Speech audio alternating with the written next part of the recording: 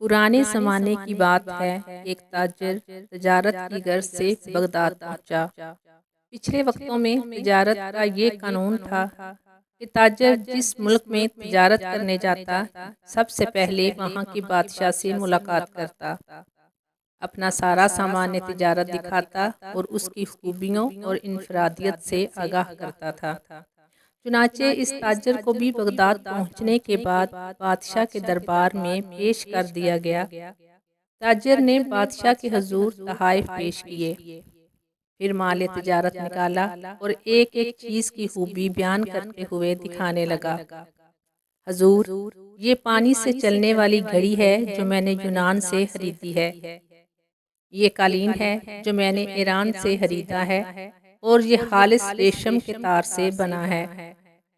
یہ قلم ملاحظہ فرمائیے جو میں نے جاپان سے بہت مہنگے داموں خریدا ہے۔ تاجر نے ایک ایک مال کی اہمیت بیان کی۔ بادشاہ نے مسکراتے ہوئے کہا، بہت خوب، تمام چیزیں بہت عمدہ نایاب ہیں جو تم نے ایران، یونان اور جاپان سے خریدی ہیں، لیکن یہ تو بتاؤ کہ تمہیں ہندوستان میں ہمارے شایان شان کوئی چیز نظر آئی؟ تاجر نے بادشاہ کو متاثر کرنے کے لیے کہا، یوں تو بادشاہ سلامت، آپ کے شایان شان بہت چیزیں تھیں، لیکن جو چیز مجھے پسند آئی اس کو حاصل کرنے کے لیے مجھے کچھ عرصہ وہاں قیام کرنا پڑتا، جبکہ میرے پاس صرف 2 دن کا وقت تھا۔ بادشاہ نے پوچھا، اچھا وہ کیا چیز تھی؟ تاجر بولا، جناب وہ ایک موتی ہے اور اس کی خاص بات یہ ہے کہ وہ دوسروں کو بانٹنے سے بڑھتا ہے، اس کو کوئی چرا بھی نہیں سکتا اور اس موتی سے بہت سارے زیور بھی بنا کر پہنے جا سکتے ہیں۔ بادشاہ بہت متاثر ہوا اور کہنے لگا، میں اسے حاصل کرنا چاہتا ہوں۔ اس نے فوراً اپنے ایک خاص وزیر کو ماہ سامان و سواری اس ہدایت کے ساتھ رخصت کیا کہ اب وہ موتی لے کر ہی لوٹے۔ وزیر اپنے مقصد کے لیے نکل پڑا۔ جنگلوں، سمندروں، پہاڑوں اور صحراؤں، غرض یہ کہ ہر جگہ کی خاک چھان ماری، وادی وادی گھوما، ہر شخص سے اس نادر و نایاب موتی کا پوچھا، مگر سب نے یہی کہا کہ ایسا کوئی موتی نہیں ہے جو چوری نہ ہو سکے اور اس سے بہت سارے زیور بن جائیں۔ لوگ اس کی بات سن کر ہنستے اور کہتے، مسافر پاگل ہو گیا ہے۔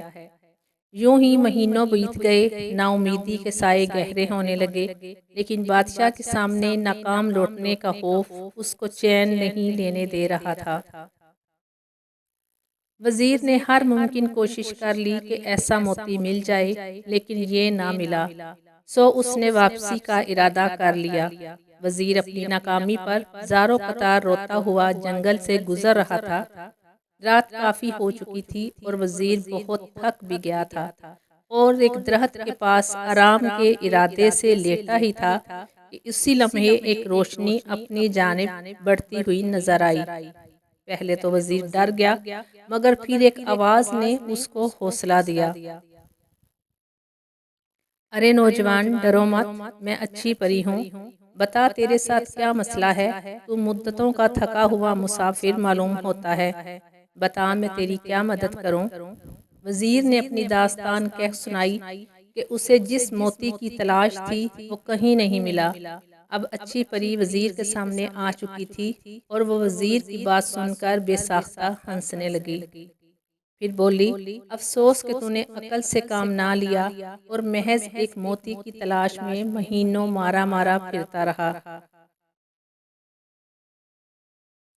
وزیر بولا، اچھی پری میں تمہارا مطلب نہیں سمجھا۔ وہ بولی، بھلے آدمی، وہ موتی دراصل علم کا موتی ہے، لیکن تو اس کی ظاہری شکل کو تلاش کرتا رہا۔ علم تو ایک ایسی شے ہے جسے ہزاروں نام دیے جا سکتے ہیں، کہیں اسے پھلدار درخت کہتے ہیں تو کبھی سورج سے تشبیہ دیتے ہیں اور اسے سمندر بھی کہا جاتا ہے، لیکن اسے کوئی چرا نہیں سکتا۔ لیکن اس سے زیور بنانے والی صفت؟ وزیر نے حیرت سے پوچھا۔ پری نے مسکراتے ہوئے کہا، علم کی بہت ساری صفات ہیں، تم اس موتی کی صورت کو کیوں تلاش کرتے ہو؟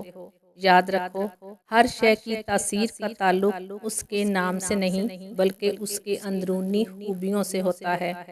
اسی طرح علم بھی ایک نایاب موتی ہے کہ جسے یہ حاصل ہو جائے وہ اس سے ایسے ہی سج جاتا ہے جیسے انسان زیور پہن کر سجتا ہے اور اسے کوئی چرا نہیں سکتا، بلکہ یہ تو بانٹنے سے بڑھتا ہے، گھٹتا نہیں ہے۔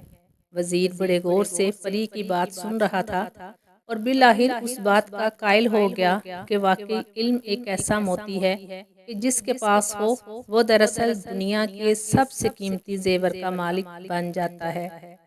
وزیر نے پری کا شکریہ ادا کیا، جس کے بعد اچھی پری وہاں سے غائب ہو گئی۔ اب وزیر بہت خوش تھا اور اپنی کامیابی کے گیت گاتا ہوا اپنے ملک روانہ ہو گیا۔ وہاں پہنچ کر اس نے بادشاہ کو علم کے موتی کے بارے میں بتایا اور سمجھایا تو بادشاہ بھی پری کی بات کا قائل ہو گیا کہ صرف علم ہی وہ موتی ہے جسے کوئی چرا نہیں سکتا۔ ناظرین، علم ایک ایسا موتی ہے جس کی چمک دمک زمین سے آسمان، فرش سے عرش تک ہے، اور علم کے اس موتی کی روشنی میں ہی انسان اس کائنات کے خالق و مالک تک رسائی حاصل کرتا ہے۔